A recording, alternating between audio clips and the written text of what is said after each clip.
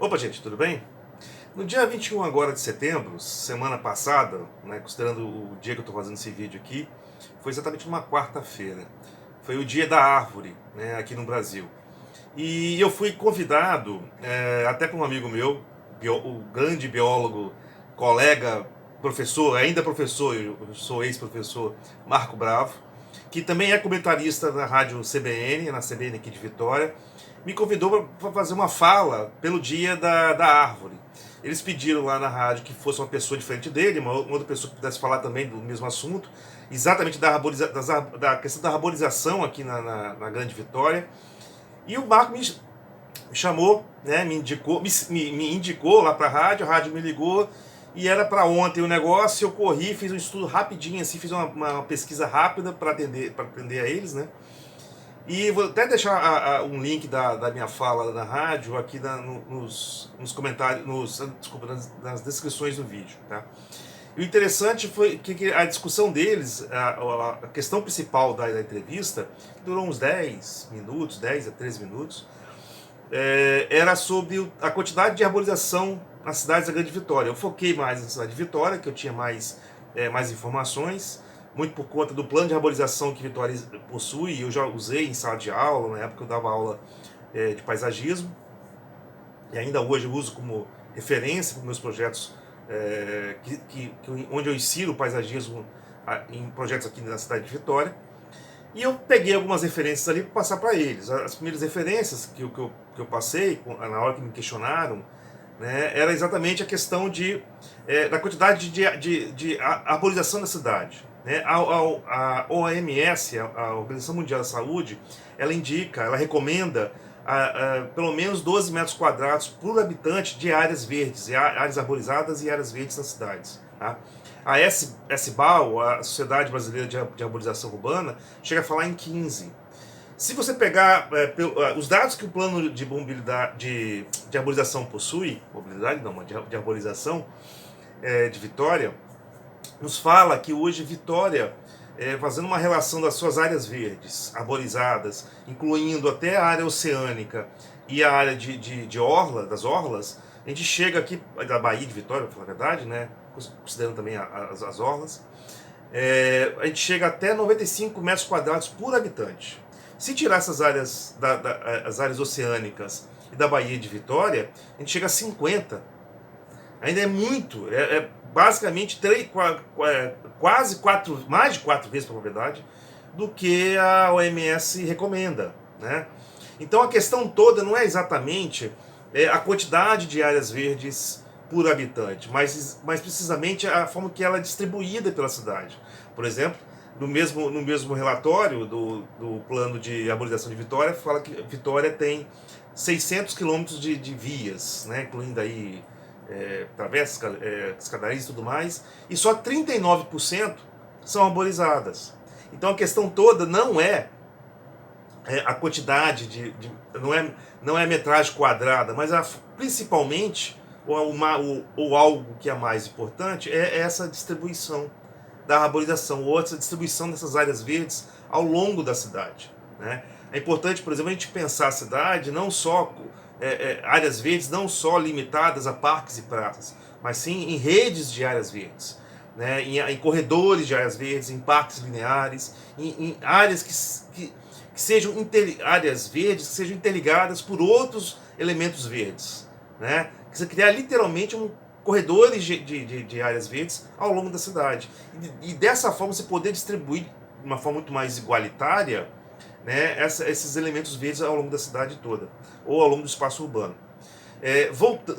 Pegando esse gancho da questão das áreas verdes, a gente volta, ou a gente pega pelo princípio da arquitetura, né? Hoje não, né? Mas basicamente desde a década de 70 mais ou menos, mas com uma força maior a partir da década de 90 do século passado, muito se defendeu e muito se defende até os dias atuais a questão de uma arquitetura sustentável, uma arquitetura verde. Eu falo aqui no título que a arquitetura verde não é natureza, e não é mesmo, porque desde os princípios da humanidade, na hora que o homem deixa de acompanhar os ciclos migratórios dos animais, o fluxo dos rios, o fluxo da própria vida da natureza se estabelece no lugar. E ali ele começa a cultivar, né, tanto a agricultura quanto a arquitetura, e querendo ou não criar assim a cultura, né, que tem a base ali nessa questão da agricultura, a raiz é a mesma. Ele modifica a natureza, ele deixa de estar ali vivendo ao fluxo da natureza e ao se estabelecer num lugar, ele precisa tirar proveito dessa natureza para sobreviver, já que ele não anda junto com a natureza, a natureza que roda em torno dele. E ao rodar em torno dele, ao girar em torno dele, ele ali se estabelecer no centro, no lugar, que dali que lhe dá significado, ele automaticamente muda a natureza daquele lugar, né? Então ele não mais se abastece do que a natureza lhe provém, à medida que ele vai andando aos fluxos da natureza. Mas ali ele começa a modificar a natureza para ela ali, né, a natureza, a terra, o solo, dar-lhe o subsídio para ele sobreviver, né? Ele retira da natureza os elementos para construir, ele modifica o solo para construir suas habitações, planta as plantas, os vegetais necessários para a sua subsistência, cria, cerca, né, e adestra animais para a sua subsistência ou para o trabalho ali junto no campo. Então tudo isso modifica a natureza, né, modifica o que era natural. Então nesse momento ele interfere na natureza e começa a criar como diz o arquiteto Renzo Piano, ele começa a criar uma outra natureza, uma segunda natureza. Então essa segunda natureza, até tem uma fala do Renzo Piano que ele explica exatamente que segunda natureza é essa, né? Ele fala o seguinte, até é uma entrevista que ele dá. Eu vou deixar essa entrevista, toda a bibliografia que eu usar aqui vai estar ali na descrição do vídeo, tá? Então, a natureza não foi feita à medida do homem. Se o homem não se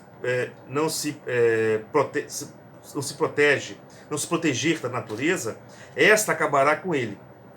Por isso, a relação com a natureza conforma um terreno ambíguo que leva o homem a criar uma outra natureza para poder fazê-la sua. Eu discordo um pouco dessa questão da natureza vai acabar com ele. Não precisa acabar com ele, né? Tanto que a história original do homem era a vida, viver ao sabor da natureza, né? Ao contrário, quando ele se adapta num lugar, ele se ajusta, ou ele se fixa no lugar, ele modifica aquela natureza. Continua ele. Ocorre, entretanto, que a natureza original é tão forte que somente interpretando-a, somente a partir de suas próprias normas, pode-se criar uma outra natureza, né? A sustentabilidade consiste em construir pensando no futuro, não somente tendo em conta a resistência física de um edifício, senão pensando também em sua resistência estilística, nos usos do futuro e na resistência do próprio planeta e de seus recursos naturais. Então, quando você fala em sustentabilidade, se fala nessa onda toda de arquitetura verde, de cidade sustentável, cidade verde, isso não é simplesmente um termo para ficar bonito. Não é um termo para você ficar bacana na fita, ou ganhar mais like, ou ganhar mais clientes, né, ou ganhar mais investimento, porque você se diz verde. Uma arquitetura verde, né, uma arquitetura sustentável, uma arquitetura ecologicamente correta, uma arquitetura que busca por um lugar sustentável, ela parte do pressuposto de trabalhar junto com a natureza. Ela não é uma natureza, ela não é a natureza original, ela não é esse lugar primitivo, né, de origem ali, até bíblico, de Adão e Eva, depois que eles foram expulsos, mas não é esse lugar, é um outro lugar. É uma outra natureza. Querendo ou não, nesse ponto, o Renzo Piano está certo. Na medida que o homem constrói a arquitetura e a cidade que vem a seguir disso, da arquitetura, da agricultura e da arquitetura, são, querendo ou não, uma segunda natureza. É a forma do homem interpretar a natureza que está à sua volta e ali criar o seu abrigo, né? Na medida que ele se fixa na terra, ele precisa se fixar através de um abrigo, se abrigar das intempéries. Mas se abrigar das intempéries criar essa segunda natureza não é negar a primeira, pelo contrário. É usar a primeira como referência, é usar a primeira como partido, né? Parte-se dela para se fazer arquitetura. Você precisa mimetizar a natureza para fazer arquitetura? Não. Mas você toma ela como referência. Ela se torna parte do seu projeto arquitetônico, parte do seu desenho urbano.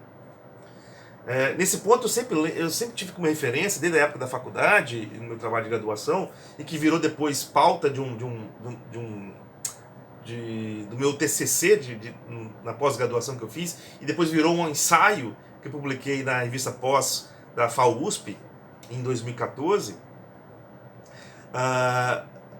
Eu usava como referência, eu gostei, estudei bastante, as obras e os escritos do Ernesto Nathan Rojas, que é um arquiteto italiano da década lá do século XX, né, que estava ali naquele momento de transição da arquitetura moderna para o que viria a ser a arquitetura pós-moderna. E o Ernesto Nathan Rojas já falava naquela época das pré-existências ambientais, de uma arquitetura que pegasse do moderno as suas referências conceituais, mas que não negasse o que estava no seu entorno, não negasse a história, não negasse os condicionantes ambientais e físicos e ambientais, né, e culturais. Pelo contrário, ele, através de um desenho moderno, através de uma arquitetura moderna, ele requalificava esses elementos e dava um novo significado. E isso também transformava a arquitetura. Ela não era mais pasteurizada, não era mais normatizada ou ortodoxa, como alguns arquitetos modernos queriam. Pelo contrário, ela se adaptava a cada lugar. Então, cada lugar pedia uma arquitetura moderna diferente, adaptada aos seus condicionantes históricos, culturais, físicos e ambientais. Então, o que o Ernesto Nathan Rojas chamava de pré-existências ambientais.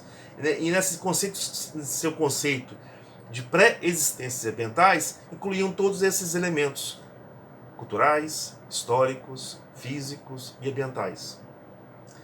Então, a construção de um lugar sustentável, que hoje em dia eu não consigo mais nem desassociar essas duas palavras, né, parte-se do pressuposto de entender as pré-existências ambientais de cada lugar. O que esse lugar tem para me dizer? Tanto nas questões históricas, tanto nas questões culturais e tanto nas questões físico-ambientais. Das coisas simples, de tirar partido da iluminação natural, de ventilação natural, da própria resistência do solo, do que o regime de chuvas do lugar pode te facilitar na captação de água, no uso e resuso de águas da chuva, na captação de energia solar, coisas que estão virando comuns hoje na nossa vida, mas a gente esquece que isso não é a gente que está construindo, não é a gente que está projetando, isso é dado pela natureza. E você simplesmente aproveita, né? E se integra, interage com ela, né? Tira dela partido para construir a sua arquitetura. Então, para fechar aqui, eu gostaria de fechar com uma frase que está nesse ensaio meu, um parágrafo que eu escrevi, né? Que eu acho que é legal, que meio que dá uma fechada boa aqui nesse vídeo. Recuperar a natureza para a arquitetura e para a construção de lugares, ao invés de espaços vagos sem significado, não estabelece uma relação nostálgica com o passado primitivo, aquele passado antigo, até bíblico, que eu falo da natureza, do homem que foi expulso da natureza. Não é isso, né? Mas dá a medida da posição do homem nesse planeta e de sua importância como ser vivo, que constantemente interfere em seu meio. E mais uma frase aqui, para fechar também. A importância da formação de lugares sustentáveis passa primordialmente pela relação da construção de significados entre a arquitetura e a natureza, da criação de valores dados à natureza pelo intermédio da arquitetura. Por exemplo, uma desses significados pode ser a paisagem, né? Na hora que a gente transforma a natureza em paisagens, né? Ou em várias paisagens, ou em uma paisagem, ou várias paisagens, você transforma aquela natureza. Você dá ali um significado muito particular. E, ao mesmo tempo, uma revalorização significativa da arquitetura, ao buscar sua reaproximação com a natureza. Então é uma troca. Na medida que eu tenho a possibilidade de, através da arquitetura, revalorizar a natureza, dar-lhe um significado ou um outro significado, essa própria natureza também pode me revalorizar a minha arquitetura. Pode ressignificar minha arquitetura. Dar-lhe também um outro significado. Ou o significado para aquele lugar. Acho que é isso. Falei um monte de coisa. Vou deixar todas as referências que eu falei aqui lá no final, na descrição do vídeo, tá, gente? E vamos tocando. Sempre eu vou estar voltando aí nessas discussões com relação ao lugar sustentável, natureza e tudo mais, tá? E isso foi muito motivado agora pela semana do dia 21 de setembro, que é Dia da Natureza, perdão, Dia da Árvore, né? E também ao mesmo tempo é a semana que começa, a gente sai do inverno e entra na primavera, é um momento de renovação, da própria renovação da natureza, né? Principalmente aqui no hemisfério sul, né? Aqui a gente está aqui na região aqui da América do Sul. É o momento que a gente está de renovação, a própria natureza se transforma, né? Ela muda, as árvores começam a florir. A minha rua aqui já tem vários ipês floridos, e quando flore todos, um atrás do outro, né? E isso é bonito pra caramba, tá? É isso aí. A gente se vê aí no próximo vídeo. Valeu, gente. Um abraço.